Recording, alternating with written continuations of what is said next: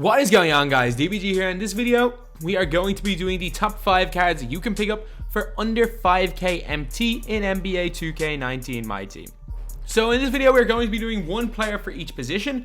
So we're going to have one point guard, one two guard, one small forward, one power forward, and one center. They don't necessarily have to be in those exact positions.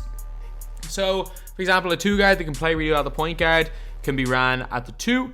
So you can be around the point guard, as well as say a point guard that's good at the 2 can be around the 2. Power forwards can play center, for example. But actually in this video, for the first time ever, I think we've got them all in their actual positions. So yeah, should be quite good. And I also think that all these guys are really good and they can compete with God squads. And while I don't necessarily think these guys are the best cards you can get, I do think that they're all really good. And again, they're cards that if you are on a budget, you can use to compete, and you can compete with pretty much anyone. And for these cards, like the point guard, I think is like 1500. The small forward is like 1900. Power forward is like 2.5k. The only one that's even close to the 5k is the center, and maybe the two guard. The two guard will definitely go over 5k in a few weeks, but right now he's a good bit under it. So at the point guard position, we have got Penny Hardaway. Penny Hardaway, 91 offense, 86 defensive overall. He's got 5 gold badges, 1-man fast break, dimer, pick and roll maestro, acrobat, and relentless finisher. He's also got floor general, spark plug, and clutch performer. He's a 6'7" point guard, which basically means that he's going to really play better in his stats, and he can also compete with the giants that most people are on the point. He's at 95 driving a layup. He's got an 88 open shot mid, 80 open shot 3. His release is quite good as well. And while he's not going to be the best, he's still going to be a decent 3-point shooter. 86 driving dunk is really good, with a tendency of 86 is good. He's got 89 ball control, really good passing stats. He's got an 89 steal, 84 shot contest, decent speed, ball, and acceleration. 81 hour quick is decent enough. On-ball defense, IQ of 82 is good. And he's just going to be an absolute beast in game. Offensively and defensively, Penny Hardaway is going to be absolutely incredible in NBA 2K19. And I can't wait till they give us maybe even an amethyst or a diamond Penny Hardaway for the Orlando Magic. That's just going to be unreal. We were kind of hoping to get him last week, and we got Shaq. Shaq's a good consolation anyway, but once we had a diamond Penny, it's going to be game over. His pink diamond was so good last year. So Penny Hardaway has got no hot zones anywhere near the 3-point line, which is a bit unfortunate. And his release is, like, it's not a good release. Not one of the worst releases in the game, but not a good release by any means, especially because players tend to have much better releases this year. There's not as many really bad ones, especially for guards, because they just seem to give them all base 11, which is the new generic release. But Penny, he's an okay shooter, I guess. If you leave him completely open, he'll hit them, but he's not like going to be the best shooter around. However, dunk animations are insane. Dribble packages, while I'm not the best, I'm not like a great dribbler, all those park cheesers, dribble gods are going to find it so easy to get to the basket because his animations are just glitchy. As well as being a great defender, he's just an insane card in this game. So at the 2, I'm not going to put in Larry Hughes or T-Mac because I've used him in so many videos talking about this specific thing. Everyone knows T-Mac's probably the best 2 guard you can get for under 5k. I'm going to put in another alternative that is just an absolute beast. For about 3k MT, actually Penny Hardaway is about 1700 MT. And for about 3k MT to 5k depending on what day, Rolando Blackman. So he's got 5 gold badges, mid-range dead-eye, relentless finisher, tireless scorer, difficult shots, and acrobat. Also comes with clutch performer. Unfortunately, no microwave or spark plug. He's a 6'6" 2 guard, so he's not too tall or not too small. Really good standing and driving layup, 90 and 91. Open shot mid 90 is good. Open shot 3 of 84 is good, and his release is nice. 70 driving dunk is decent. He's also got a driving tendency of 75, which is okay. He's got 86 ball control, so he can speed boost. He's got not a great steal, unfortunately. He's got good speed, great acceleration, and good enough speed with ball. He's got 88 hour quickness, which is good. Good on-ball defensive IQ, and is just a really nice card. Like, Rolando Blackman is definitely one of the better 2 guards in the game, and he's just kind of one of those really underrated cards. And I know T-Mac is probably a slightly better card, but you guys all know about T-Mac. And if you guys are looking for, say, the second best small forward or shooting guard you can get for this price, go for Rolando Blackman. He is just a beast. So Rolando Blackman, unfortunately, doesn't have a single hot zone outside the 3. However, he doesn't have a single spot inside the 3 that's not hot. His release isn't the fastest, but it's really nice. Like, I'm pulling them all up a little bit early if they're not green, but it is still a beast of a release. However, when he's from the corners, he may step inside the 3-point line a little bit. When he's from the wings, he's not going to do that much. But if he's left open, he's going to be completely money. In the game I used him, he was balling. He can also get to the basket quite well. He finishes really well at the basket. His dunk, even though it's not the highest rating, feels a lot better. He's good, just pretty much everything offensively, and is a beast of a defender. Like, Rolando Blackman is so nice, one of the most underrated cards in 2K19.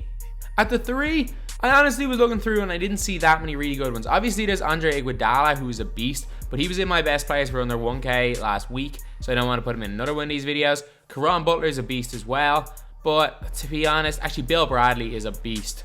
He's such a good, like, underrated player. But, like, you gotta go with Elgin Baylor.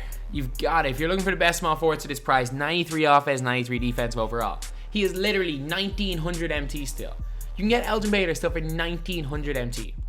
5 goal badges, 1 more fast break, relentless finisher, acrobat, posterizer, and tireless score. There's a microwave, clutch performer, and alpha dog. I don't know what alpha dog really does, but microwave and clutch performer are good. Got a great post and fadeaway. Got a great driving and standing layup. Good open shot mid. Good enough open shot 3. Good driving dunk. He can speed boost. Got decent passing stats. He's got a decent enough shot contest. Good rebounding. Good speed and acceleration. Good speed with ball. Great lateral quickness of 90. Good defense. Good low post defense as well. Like, this is one of the most well-rounded cards in my team. There is absolutely nothing that Elgin Baylor can't do. And he's literally less than 2K MT. So while I've used him in a lot of squads, I've used him so often, but I can't stress enough how just solid this card is. While he's not the best to run everything through, if you need a quick score, Elgin Baylor is a perfect player for that. So Elgin Baylor, just like Blackman, has got every spot inside the 3-point line as a hot zone. However, no spots outside the 3-point line. Baylor's release is a little bit faster, I think, and a little bit easier to time. And I'm not the biggest fan of Baylor's release, but I used his Sapphire a lot last year. I'm not even sure if he got a better card than that Sapphire. He must have. I must be wrong with that. But I never really used him much in 2K17 with his Pink Diamond. However, I would have used him a lot in, say, 2K16, and especially in 2K14. He was so good as 97 overall in 2K14. But Elgin Baylor, again, he's going to be a really solid shooter. He's going to be solid in the post and a really nice post game. If they've got a smaller guy on him, or he gets a mismatch, he's got a good post hook, good post fadeaway. If he does get by people, he's going to dunk really well.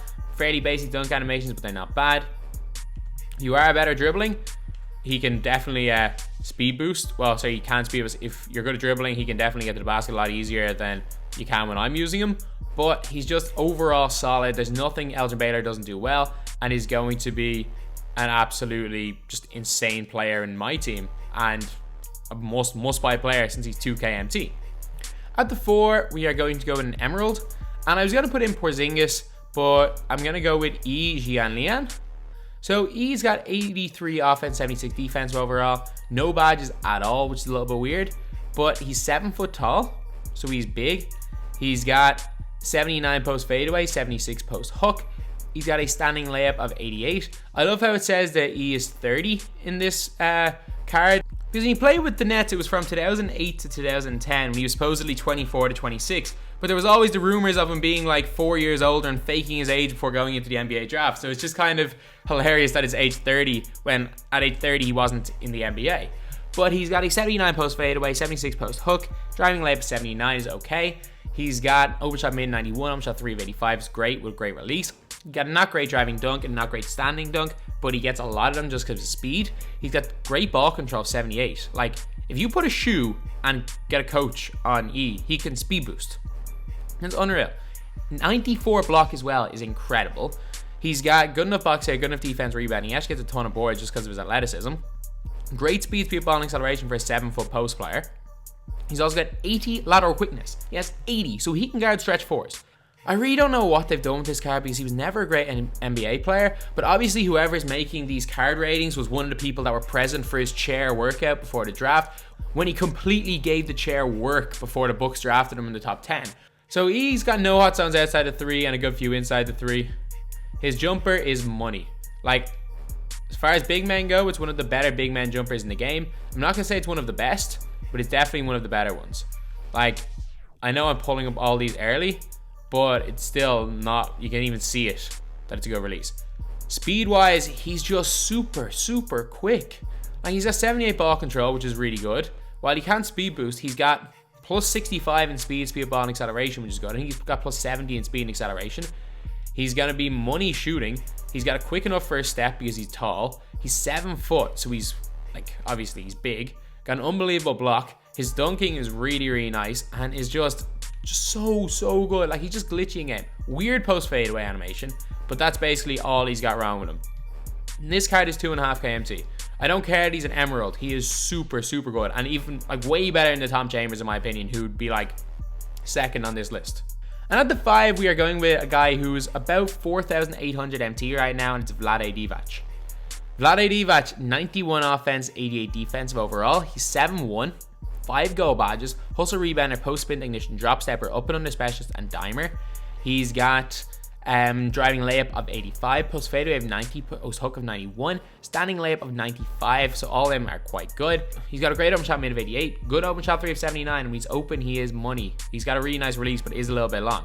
Great standing dunk, not the best driving dunk.